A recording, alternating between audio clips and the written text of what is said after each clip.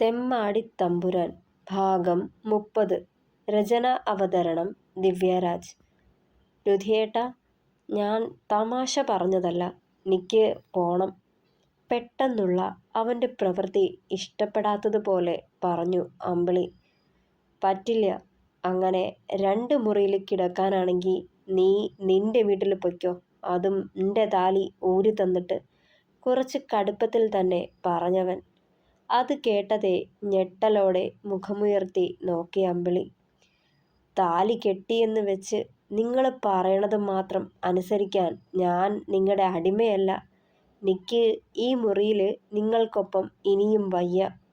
ഉള്ളിലെ അമർഷമൊക്കെ പുറത്തേക്കൊഴുകി വന്നു. ഞാൻ പറഞ്ഞൂലോ അമ്പിളി, നന്നായിക്കോളാം.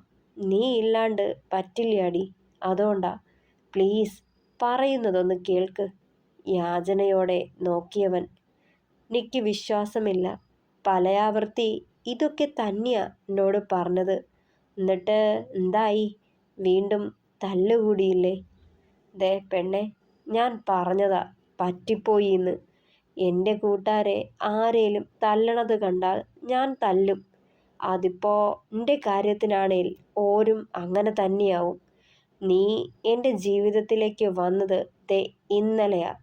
പക്ഷേ എൻ്റെ കൂട്ടുകാർ ഓർമ്മ വെച്ച കാലം തൊട്ടേ എന്നോടൊപ്പം ഉള്ളോരാ. നിന്നെ കെട്ടിയെന്ന് വെച്ച് ഓരെ വിട്ട് കളയാനൊന്നും എനിക്ക് പറ്റില്ല. അവളുടെ മുഖത്തേക്ക് ഉറ്റുനോക്കിയവൻ. വിട്ടുകളയാൻ ഞാൻ പറഞ്ഞില്ലാലോ രുധിയേട്ടാ. ഒക്കെ ഒരതിരിനപ്പുറത്ത് മതി. അത് നമ്മുടെ ജീവിതമാ. അതിനിടയിൽ വേണ്ടാത്ത പ്രശ്നങ്ങൾ ഉണ്ടാവരുതെന്നേ പറഞ്ഞുള്ളൂ. ഞാൻ എന്ത് പ്രശ്നമുണ്ടാക്കിയെന്ന അമ്പിളി നീ പറയണത്? നീ പറഞ്ഞതുപോലെ കുടി നിർത്തിയില്ലേ?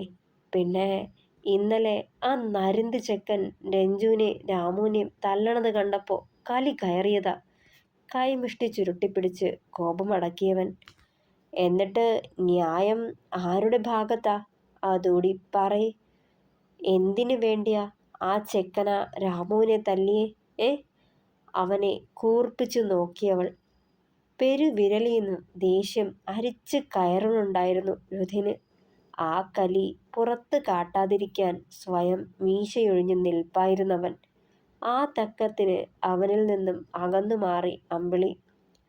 ഞാൻ അപ്പുറത്തെ റൂമിലേക്ക് പോവാ. ഇനിയും തൊട്ടും പിടിച്ചും ആധിപത്യം സ്ഥാപിക്കാൻ വരണ്ട. മുന്നോട്ട് നടക്കാൻ തുടങ്ങിയതും കൈത്തണ്ടയിൽ പിടിച്ചു വലിച്ച് നിർത്തിയവൻ. എന്നാ നീ ഇവിടെ വേണ്ട. വാ പോവാ. നിന്റെ തോന്നിയാസം നിന്റെ വീട്ടിൽ മതി, ഇവിടെ വേണ്ട. മുഖത്ത് തെളിഞ്ഞത് രൗദ്രഭാവമായിരുന്നു അന്നേരം. നടുക്കത്തോടെ അവനെ മുഖമുയർത്തി നോക്കിയവൾ. പിന്നെ അവിടെ ചെന്ന് നിന്നു എന്ന് വെച്ച് നിന്റെ പിന്നാലെ പട്ടിയെപ്പോലെ വരുംന്ന് കരുതണ്ട നീ. തിരിഞ്ഞു നോക്കില്ല ഞാൻ മരണം വരെ. അതുകൂടി പറഞ്ഞതും ഉമിനീരിറക്കിക്കൊണ്ട് അവളവനെ തുറച്ചു നോക്കി നിന്നുപോയി. എൻ്റെ ഭാഗത്തും തെറ്റുണ്ട്, ഇല്ലാന്ന് ഞാൻ പറയണില്ല. അതിന് നീ കാണിക്കണതൊക്കെ കുറച്ചധികമാ. കുടിച്ചിട്ട് വന്ന് നിന്നെ തൊടരുതെന്ന് പറഞ്ഞു തൊട്ടില്ല. അതെൻ്റെ മാന്യത. വേണമെങ്കിൽ താലി കെട്ടിയ അവകാശവും പറഞ്ഞ് നിന്റെ മേൽ ആധിപത്യം കാട്ടാമായിരുന്നു. ഞാനത് ചെയ്തില്ലല്ലോ. അത് നിന്നെ ഞാൻ ഇഷ്ടപ്പെടുന്നത് കൊണ്ടും ബഹുമാനിക്കുന്നത് കൊണ്ടുമാ. പിന്നെ വ്രതത്തിൻ്റെ പേരും പറഞ്ഞ് 2 ആഴ്ച, അതും ഞാൻ സമ്മതിച്ചു. നിനക്കൊപ്പം നിന്നു, നമുക്ക് വേണ്ടിയല്ലേന്നോർത്ത്. ഇതിനിടയിൽ കുടി നിർത്തണമെന്ന് നീ പറഞ്ഞു, അതും ഞാൻ അനുസരിച്ചു. മദ്യം കൈകൊണ്ട് തൊട്ടില്ല. ഇനി അങ്ങോട്ട് വല്ലപ്പോഴുമാക്കി ചുരുക്കിക്കൊള്ളാമെന്നും പറഞ്ഞു. പിന്നെ തല്ലുകൂടിയതിന് ക്ഷമ പറഞ്ഞല്ലോ പലകുറി. എൻ്റെ എടുത്തുചാട്ടം അതും സമ്മതിക്കുന്നു. ഇങ്ങോട്ട് മെക്കിട്ട് കയറാൻ വരുന്നവന്മാരെ ചിലപ്പോൾ തല്ലേണ്ടി വരും. എങ്കിലും ഞാൻ എൻ്റെ പരമാവധി തല്ലിന് പോവാതിരിക്കാൻ ശ്രമിച്ചോളാം. പലയാവർത്തി പറഞ്ഞു എൻ്റെ ദുശ്ശീലങ്ങളൊന്നും അത്ര പെട്ടെന്ന് ഒരു സുപ്രഭാതത്തിൽ എടുത്തു കളയാൻ പറ്റണതല്ലെന്ന്. എന്നിട്ടും നിനക്ക് വേണ്ടി ഞാൻ അതും ചെയ്തു. ഇനിയും നീ അടങ്ങുന്നില്ല എന്നാണെങ്കിൽ ഞാൻ എന്താടി കരുതേണ്ടേ? നിനക്കെൻ്റെ ഒപ്പം ജീവിക്കാൻ താല്പര്യമില്ല എന്നല്ലേ? അപ്പോൾ പിന്നെ എൻ്റെ താലിയും തൂക്കി ഈ വീട്ടിൽ നീ വേണ്ട. പൊയ്ക്കോ. അതാ നല്ലത്. പറയുന്നതിനൊപ്പം അവളുടെ താലിയിൽ പിടുത്തമിട്ടവൻ. ഒരു നിമിഷം അടിയേറ്റതുപോലെ നിന്നുപോയി അമ്പിളി. വേണ്ട രുധിയേട്ടാ, താലി പൊട്ടിക്കല്ലേ. പെട്ടെന്ന് താലിയിൽ പിടിച്ചുകൊണ്ട് കെഞ്ചിയവൾ. കൈയെടുത്ത് മാറ്റിക്കൊണ്ട് അവളെ തന്നെ തുറച്ചു നോക്കിയവൻ. വല്യമ്മ കഴിഞ്ഞ് ഞാൻ താണു തന്നിട്ടുള്ളത് നിന്റെ മുന്നിലാ എന്ന് വെച്ച് എൻ്റെ ക്ഷമ നീയും പരീക്ഷിക്കരുത്. എൻ്റെ ഭാര്യയായിട്ട് ഈ വീട്ടിൽ തുടരണമെങ്കിൽ ഈ റൂമിൽ എൻ്റെ ഒപ്പം നീ കഴിയണം. അല്ല, നിന്റെ കൂടെ ഒരു ജീവിതം വേണ്ടാന്നാണെങ്കിൽ നിന്റെ വീട്ടിലേക്ക് തിരികെ പോവാം ഈ നിമിഷം. ഇരു കൈയും മാറിൽ പിണഞ്ഞു കെട്ടി നിന്ന് കടുത്ത ഗൗരവത്തോടെ പറഞ്ഞതും എന്ത് ചെയ്യണമെന്നറിയാതെ പതറിപ്പോയവൾ. രുധിയേട്ടൻ്റെ താലി വലിച്ചെറിഞ്ഞു പോവാൻ എനിക്ക് പറ്റില്ല. ചീത്ത സ്വഭാവങ്ങളും ഈ കൂട്ടുകെട്ടും മാറിയാൽ ആളിനി പ്രശ്നത്തിനൊന്നും പോയി ചാടില്ല എന്ന് ഉറപ്പുണ്ട്. പക്ഷേ ഞാനൊന്ന് കടും പിടുത്തം പിടിച്ചാലേ ഈ കൂട്ടുകെട്ട് കളയൂന്ന് തോന്നിയിട്ടാ തിരികെ പോവും എന്നൊക്കെ പറഞ്ഞത്. അല്ലാണ്ട് മനസ്സോടെയല്ല. ഇതിപ്പോ പ്രശ്നം രൂക്ഷമാവുകയാണോ എൻ്റെ മഹാദേവ? കണ്ണുകൾ നിറഞ്ഞവളുടെ. എന്ത് തീരുമാനിച്ചു അമ്പിളി? ഈ റൂമിൽ എന്നെ സഹിച്ച് കഴിയണോ അതോ തിരികെ വീട്ടിലേക്ക് പോകുന്നോ? അവളെ തന്നെ ഉറ്റു നോക്കുമ്പോൾ ആ വെള്ളാരം കണ്ണുകൾ പിടയ്ക്കുന്നതും നീർത്തുള്ളികൾ തുളുമ്പി ഒഴുകുന്നതും കണ്ടിരുന്നവൻ. പോയാലും എൻ്റെ അമ്മ എന്നെ കൈവിടില്ല. രണ്ട് കൈയും നീട്ടി സ്വീകരിക്കും. പക്ഷേ 2 കല്യാണം കഴിഞ്ഞിട്ടും ഞാൻ തിരികെ വീട്ടിൽ വന്ന് നിൽക്കാന്ന് പറയണത് എൻ്റെ അമ്മയ്ക്കും കൂടപ്പിറപ്പുകൾക്കും വേദനയാവും. അതുകൊണ്ട് പോണില്ല. പക്ഷേ ഒന്നുണ്ട്, ഇനിയും ജീവിതം മടുപ്പാവുകയാണെങ്കിൽ പിന്നെ ഞാൻ ഒരു പരീക്ഷണത്തിനും മുതിരില്ല. എൻ്റെ ഈ ജീവിതം സ്വയം അവസാനിപ്പിക്കും. അതിന് നിങ്ങളുടെ അനുവാദം എനിക്ക് വേണ്ടല്ലോ. വാശിയോടെ പറഞ്ഞുകൊണ്ട് കബോർഡിനടുത്തേക്ക് ചെന്നവൾ. പെണ്ണിൻ്റെ കണ്ണ് നിറയണതും വാശിയോടെ തുടയ്ക്കണതും കണ്ണാടി വഴി കണ്ടിരുന്നവൻ. നീ കരയണത് എനിക്ക് സഹിക്കാൻ പറ്റില്ല. പക്ഷേ നീ പറയണത് എല്ലാം അതേപടി അനുസരിക്കാനും പറ്റണില്ല. അതാ ഇത്രയൊക്കെ പറഞ്ഞത്.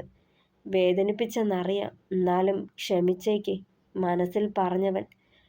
കട്ടിലിൽ ചുരുണ്ടുകൂടി കിടന്നേയുള്ളി അമ്പിളി. കരഞ്ഞതിൻ്റെ ആവും. തല നന്നായി വേദനിക്കുന്നുണ്ടായിരുന്നു.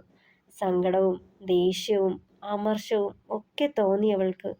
ഒന്നും വേണ്ടായിരുന്നു. ഈ വിവാഹവും രുധിയേട്ടനെ എൻ്റെ ജീവിതത്തിലേക്ക് വരേണ്ടായിരുന്നു. അതല്ലേ നിക്ക് ഇപ്പോൾ കരയേണ്ടി വരണത്.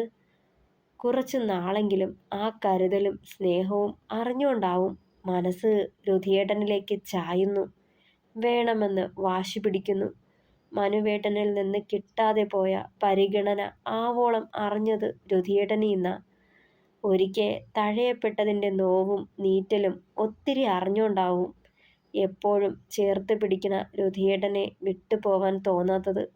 മനസ്സ് വാശി കാണിക്കുമ്പോഴും ഹൃദയം കൊണ്ട് ആളോട് ചേരുവാണ് ഓർത്തുകൊണ്ട് കിടന്നവൾ.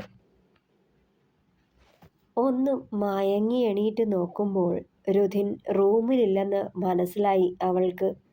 എഴുന്നേറ്റ് മുഖം കഴുകി ഫ്രഷായി വന്നെങ്കിലും ഒരു ഉഷാറ് തോന്നിയില്ല. മെല്ലെ താഴേക്ക് ചെല്ലുമ്പോൾ സുഭദ്ര അടുക്കളയിലായിരുന്നു. നേരെ അവിടേക്ക് ചെന്നു. ആ, മോൾ ഉണർന്നോ? ചായ എടുക്കട്ടെ? ചെറുചിരിയോടെ ചോദിക്കുമ്പോൾ തലയാട്ടിയവൾ. ഉണ്ണി എവിടേക്കോ പോയി, വരാൻ വൈകുംന്ന് പറഞ്ഞിരുന്നു. എവിടേക്കാന്ന് ചോദിച്ചിട്ട് പറഞ്ഞില്ല ഓൻ. മോളോട് പറഞ്ഞിരുന്നോ? ഇല്ലെന്ന് തലയാട്ടിയേയുള്ളവൾ. ഓ, എവിടെ പോവാൻ, ഓൻ്റെ കൂട്ടാരെ കാണാൻ പോയതാവും, അല്ലാണ്ടെവിടാ. മുത്തശ്ശി ഒരു ജപമാലയും പിടിച്ച് അവിടേക്ക് കയറി വരുമ്പോൾ നിർവികാരതയോടെ നോക്കി നിന്നവൾ. മോള് ഈ ചായ കുടിക്ക്. സുഭദ്ര ചായ ഒരു ഗ്ലാസ്സിലാക്കി അവൾക്ക് നേരെ നീട്ടി. ഒന്നും മിണ്ടാതെ അത് വാങ്ങി കുടിച്ചവൾ. മോള് വിഷമിക്കണ്ടാട്ടോ, അവൻ ഇനി തല്ലിനൊന്നും പോവില്ല. അത്രയ്ക്ക് പേടിച്ചിട്ടുണ്ട് ചെക്കൻ. അന്ന് മോളെ വിഷം തീണ്ടിയപ്പോൾ കണ്ടതാ ഓൻ്റെ പരവേശവും വെപ്രാളവും. ഓൻ്റെ ചീത്ത സ്വഭാവം കാരണം മോൾക്ക് ഇങ്ങനെ വന്നേന്ന് കൂടി ഞാൻ പറഞ്ഞപ്പോൾ അവൻ്റെ കണ്ണൊക്കെ നിറയണത് കണ്ടു. ഉള്ളിൽ ഇത്തിരി കുറ്റബോധമൊക്കെ ഉണ്ട്. ചിരിയോടെ പറഞ്ഞു മുത്തശ്ശി. ചിരിക്കാനോ സന്തോഷിക്കാനോ തോന്നിയില്ല അമ്പിളിക്ക്. മനസ്സിന് വല്ലാത്ത ഭാരമായിരുന്നു. എന്തൊക്കെയോ അനാവശ്യ ചിന്തകൾ മനസ്സിനെ അലട്ടണ പോലെ. രാത്രി 10 മണിയായിട്ടും തിരികെ എത്തിയില്ല രുധിൻ. ഹാളിൽ ഇരിക്കുമ്പോഴും കണ്ണുകൾ പുറത്തേക്ക് നീണ്ടുകൊണ്ടിരുന്നു. നേരം വൈകുന്തോറും അമ്പിളിക്ക് ആകെ ഭയവും പരവേശവും ഒക്കെ തോന്നി. ആളോടുള്ള പിണക്കം കാരണം വിളിക്കാനും തോന്നിയില്ല. എന്നാ കാണാണ്ട് വല്ലാത്ത ഭയവും. സുഭദ്ര തമ്പ്രാട്ടിയും മുത്തശ്ശിയും 4 ഉറക്കം കഴിഞ്ഞിരിക്കണു. കിടന്നിട്ടാണെങ്കിൽ കണ്ണടയ്ക്കാനും കൂടി പറ്റണില്ല. എന്നാലും ഈ രുധിയേട്ടൻ ഇതെവിടെ പോയോ ആവോ? ഇനി എന്നോടുള്ള വാശിക്ക് കുടിച്ചിട്ട് കയറി വരുമോ? പല പല ചിന്തകൾ മനസ്സിനെ മഥിച്ചുകൊണ്ടിരുന്നു. എന്തും വരട്ടെയെന്ന് കരുതി ഫോണെടുത്ത് ആളുടെ നമ്പറിലേക്ക് ഡയൽ ചെയ്തു. കോൾ പോണുണ്ടെന്നല്ലാതെ എടുക്കണുണ്ടായിരുന്നില്ല. വല്ലാതെ ഭയന്നിരുന്നവൾ ഈ സമയത്ത് ആരെ വിളിച്ച് തിരക്കും എന്നോർത്ത് നെഞ്ചു പിടഞ്ഞു. ഫോൺ ടേബിളിന് മുകളിൽ വെച്ചതും പുറത്ത് രുധിൻ്റെ കാർ വന്നു നിന്ന ശബ്ദം കേട്ടിരുന്നവൾ വേഗം ചെന്ന് വാതിൽ തുറക്കുമ്പോൾ കാർ തിരിച്ച് പോർച്ചിൽ കൊണ്ടുപോയി ഒതുക്കിയിരുന്നവൻ. പടി കയറി വരുമ്പോൾ വാതിൽക്കൽ മുഖം താഴ്ത്തി നിൽക്കുന്നവളെ കണ്ടിരുന്നു. ചുണ്ടിലൂറിയ ചിരി മറച്ചു പിടിച്ചുകൊണ്ട് അകത്തേക്ക് കയറിപ്പോയേയുള്ളവൻ. അത്താഴം കഴിച്ചോന്ന് ചോദിക്കണമെന്നുണ്ടായിരുന്നു അമ്പിളിക്ക്. പക്ഷേ ആള് തന്നോട് സംസാരിക്കാതിരിക്കുമ്പോൾ എങ്ങനാ മിണ്ടുന്നതെന്ന് കരുതി. അത്താഴം കഴിച്ചോ? പടി കടന്ന് മുകളിലേക്ക് കയറാൻ തുടങ്ങിയതും രണ്ടും കൽപ്പിച്ച് പിന്നിൽ നിന്ന് വിളിച്ചു ചോദിച്ചവൾ. പെട്ടെന്നൊന്ന് തിരിഞ്ഞു നിന്ന് അവളെ സൂക്ഷിച്ചു നോക്കിയവൻ. ഇല്ല, മെല്ലെ പറഞ്ഞിട്ട് തിരിഞ്ഞ് മുകളിലേക്ക് നടക്കാൻ തുടങ്ങി. ഊണെടുത്ത് വയ്ക്കട്ടെ? മൂളിക്കൊണ്ട് കയറിപ്പോയവൻ. ഉച്ചയ്ക്കുണ്ടാക്കിയ ചോറും ചീരത്തോരനും രസവും പയറ് മെഴുക്ക് പുരട്ടിയും കണ്ണിമാങ്ങ അച്ചാറും പ്ലേറ്റുകളിൽ എടുത്ത് ടേബിളിന് മുകളിൽ കൊണ്ടുവന്ന് വെച്ചതും ആളും എത്തിയിരുന്നു. രുധിൻ കൈ കഴുകി ഭക്ഷണം കഴിക്കാനിരിക്കുമ്പോൾ അമ്പിളി അവനിൽ നിന്ന് ഒരല്പം അകലമിട്ട് നിന്നു. സാധാരണ ഇത്തരം സന്ദർഭങ്ങളിൽ കുസൃതിയും കുറുമ്പും കാട്ടി തന്നെ സ്നേഹം കൊണ്ട് പൊതിയുന്നവൻ ഇന്ന് കാട്ടുന്ന ഈ ഗൗരവം അവളെ ചെറുതായി പൊള്ളിച്ചുകൊണ്ടിരുന്നു. തുടരും. പ്രിയപ്പെട്ടവരെ, അഭിപ്രായങ്ങൾ പറയണേ. കഥ ഇഷ്ടമായാൽ ലൈക്ക് ചെയ്യുക, ഷെയർ ചെയ്യുക, സപ്പോർട്ട് ചെയ്യുക, ഹൈപ്പ് ചെയ്യുക, കമൻറ്റ് ചെയ്യുക. Thank you.